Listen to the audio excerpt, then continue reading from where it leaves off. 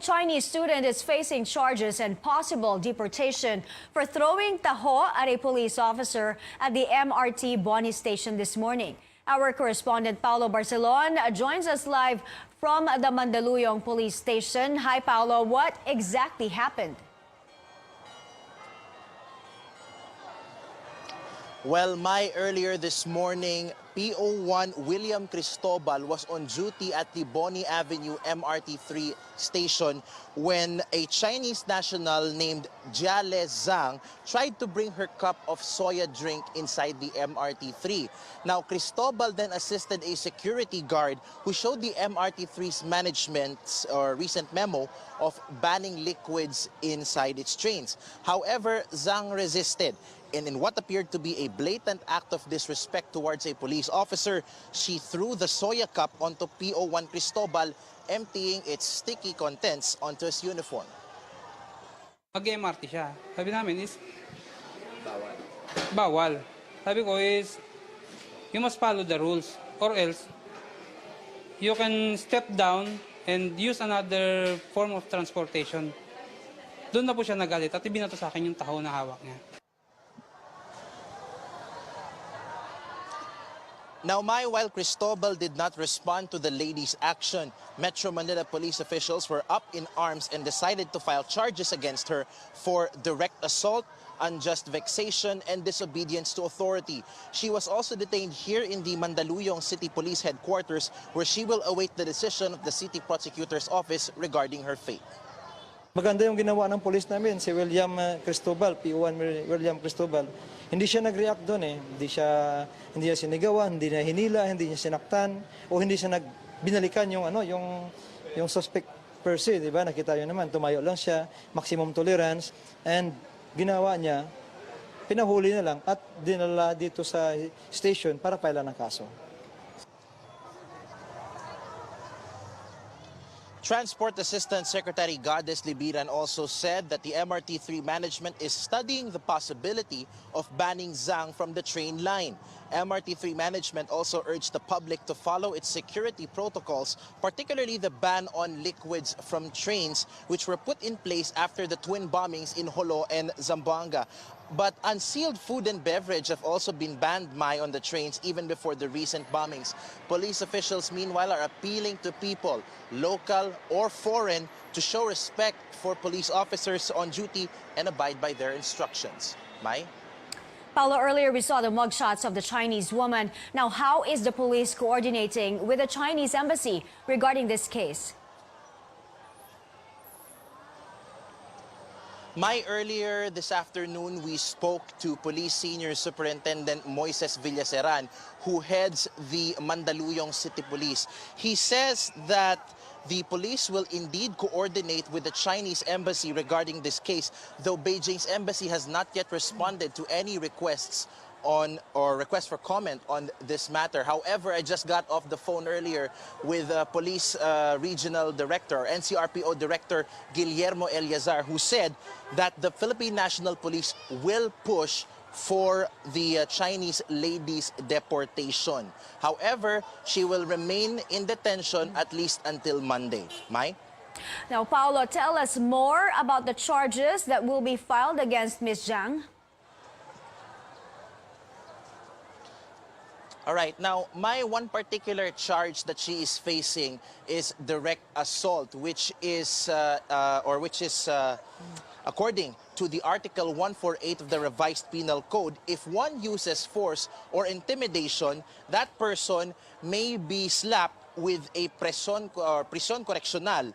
That means that person could be held in jail for 6 months or for a period of 6 months up to 6 years and would be slapped a fine amounting to 500 pesos. Now, another possibility, is that Ms. Zhang could face arresto mayor. What does this mean? She could face jail time of for a period of 1 to 6 months, and also with a similar fine of 500 pesos. However, during my conversation earlier with Police Director Eliazar, he said that Ms. Zhang might or has the right to post bail to the charges that she is facing currently as a result of her action in the MRT3 Boni station. Mai? All right, thank you. Paolo Barcelon reporting to us live from Mandaluyong. Meanwhile, the Bureau of Immigration says it will be coordinating with the DOTR and the NCRPO for details about the Chinese woman's case. Immigration spokesperson Dana Krija Sandoval says they will study possible actions against the said foreigner. The Transportation Department's ban on all bottled drinks and liquids inside the MRT was heavily criticized by commuters. Our Anjo Alimario reports why authorities allowed some exceptions. Weeks before the Jolo Cathedral blast, a bomb threat was sent to MRT's official email. The management says this has been coordinated with authorities to track down the sender. It says this is one of the reasons for imposing stricter security measures in different train stations in light of recent attacks in Mindanao. The Transportation Department recently banned all bottled drinks inside MRT. But on Thursday, authorities released a list of allowed liquid materials in stations and trains. Some passengers are against the policy. At po hindi pinagbabawal kasi paano kung naano ka sa MRT, di ba? Once na nasamid ka, nabulunan ka, na ano ka, paano iinumin mo? Wala. Dapat may dala ng ng mineral, di ba? Kasi pag nauhaw ka, pag himatay ka doon sa loob, dapat may dala kang tubig. So hindi kayo pagbawal? Oh, dapat lang may tubig talang dala. Kasi para sa health natin yun eh. But for others, it's good for their safety. Maiwasan yung sa bomba, yung Pero ano kayo? Pabor kayo doon? Oo, siyempre. Kasi para Oo, kaligtasan ng mga pasahero. Depende man naman kasi. Kasi kung minsan yung mga pinag-inuman, itinatapon lang sa loob. Kaya so far, okay lang. Okay lang. Oo. Saka yung pagbomba ngayon, di ba? Sa Mindanao, nilalagyan ng kwan. Okay lang. Walang problema. The MRT management says bottled drinks, water, and any liquid substance can be mixed to make liquid bomb. It says liquid bomb has nitroglycerin, which is oily and clear, so it's easy to conceal it in lotion or shampoo bottles. The Metro Manila Police, meanwhile, said while there is no confirmed threat in Metro Manila, they are not letting their guard down. The Transportation Department has already apologized for the confusion on the policy. But until when is this liquid ban? MRT authorities say it's up to the police. And while the alert is still up, they are appealing for full cooperation among commuters. They say they don't want a repeat of the Rizal Day bombings in 2000 that killed and injured scores of people, including those in LRT-1, which had the most number of casualties. Anjo Alimario, CNN Philippines.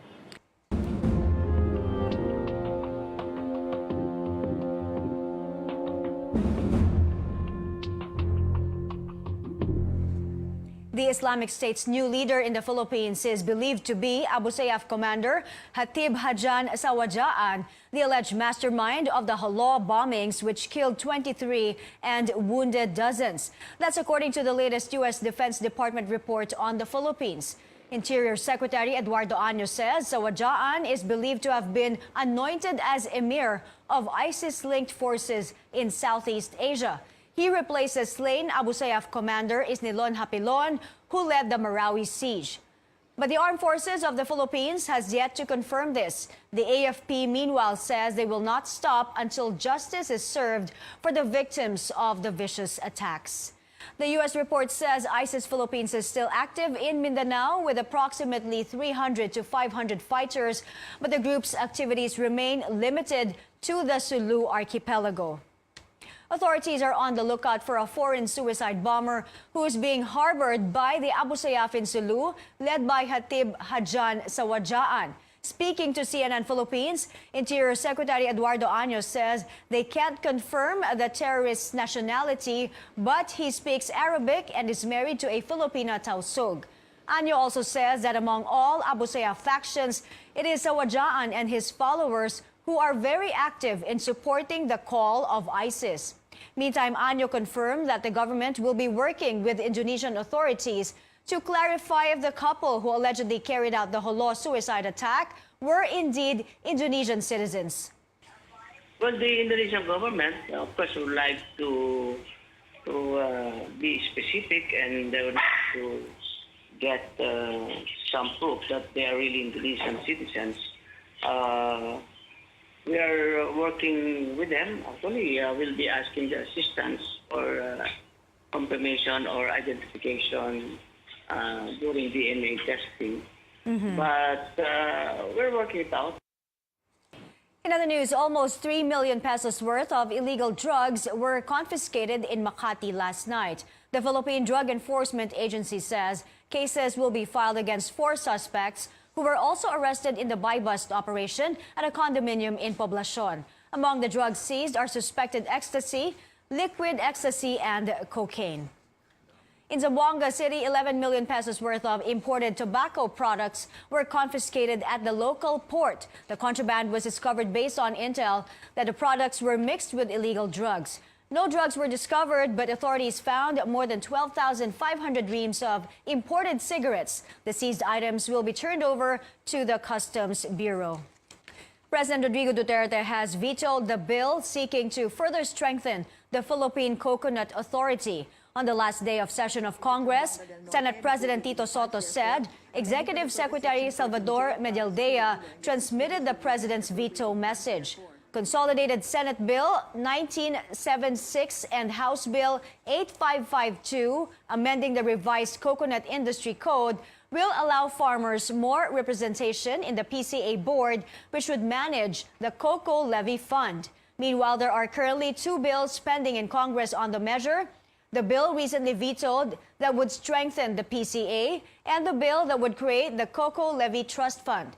Duterte, in his 2018 State of the Nation address, cited Cocoa Levy as one of his legislative priorities. It was also among his campaign promises during the 2016 elections. The Cocoa Levy Fund was taken from a tax imposed on coconut farmers by the late strongman Ferdinand Marcos for the development of the coconut industry. Meantime, Senate Committee on Agriculture Chairperson Cynthia Villar says President Duterte vetoed the bill due to lack of vital safeguards. In the statement, Villar says this is not the end for the measure.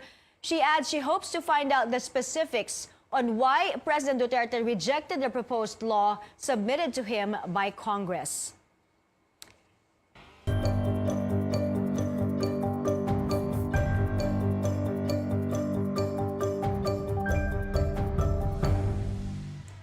This is the newsroom on CNN Philippines. Welcome back. The declaration of a measles outbreak in several regions highlighted the declining immunization coverage in the country. The health department blamed the vaccination scare on the Dengvaxia controversy. Our correspondent Makoy Popioco talks to some barangay health workers who are confronted with a challenging task of convincing parents to have their children vaccinated. Perla Dizon has been a barangay health worker at the village of Payatas B in Quezon City for nearly a decade now. She says even in a village of a highly urbanized city in Metro Manila, many remain ignorant about the benefits of complete vaccination. Meron kami na-encounter talagang minsan tamad ayaw magpabakuna ng nanay. Kasi minsan wala, siguro kulang din sa kaalaman. Meron din kami minsan na-encounter na ayaw magpabakuna ng pinuntahan namin kasi natakot sila Dengvaxia. Dr. Elmira Dizon, the government physician assigned to the village, says the coverage of immunization has dropped, especially during the dengue vaccine controversy. First-hand experience po ng aking mga staff na pag once na nandun na po sila, despite the coordination with the barangay, once they see our team, the people really go to their houses, shut their doors, shut their windows, and then they decline. They just keep quiet. Even if we knock on their doors, they don't answer. They even deny that there are children in their houses when we know that there are, in fact, children there. So it's really sad. The health department reports the immunization coverage in the country has continuously declined in the last decade.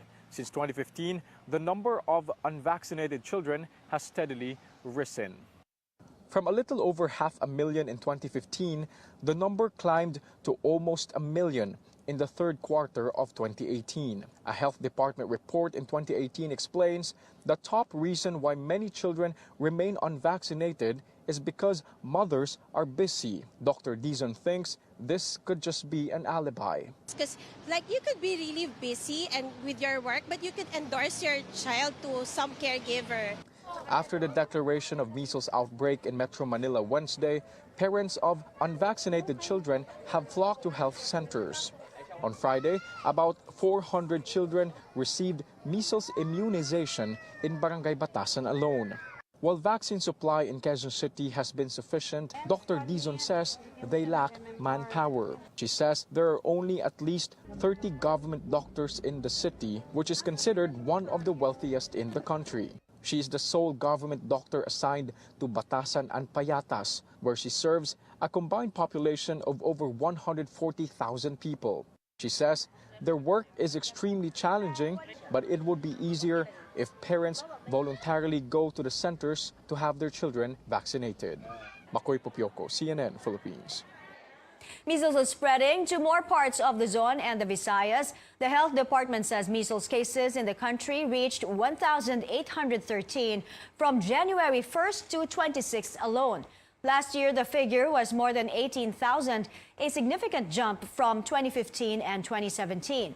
In 2016, the figure was much lower at just over 700 cases. The record high in recent years was in 2014, when the number of measles cases hit more than 54,000. This prompted the government to launch a 3-year supplemental immunization campaign for students from grades 1 to 7. Doctors are warning against the use of herbal medicines to combat measles, as the number of deaths from the outbreak rises to more than 70 nationwide. At the San Lazaro Hospital in Manila alone, there are 59 fatalities. Our Caroline Bonquin reports. When Joseph's 1-year-old daughter began to have rashes, he turned to what his family knows best, culantro. Some use these dry seeds as herbal medicine, supposedly to hasten recovery from measles. While others take it orally, Joseph boiled the seeds and used the juice to wipe his child's rashes. Yun po yung turo ng mga matatanda po sa amin dati. Kasi po usually pag may tikdas, yun po yung kumbaga ginagawa nilang first aid para lumabas po yung mga measles sa katawan.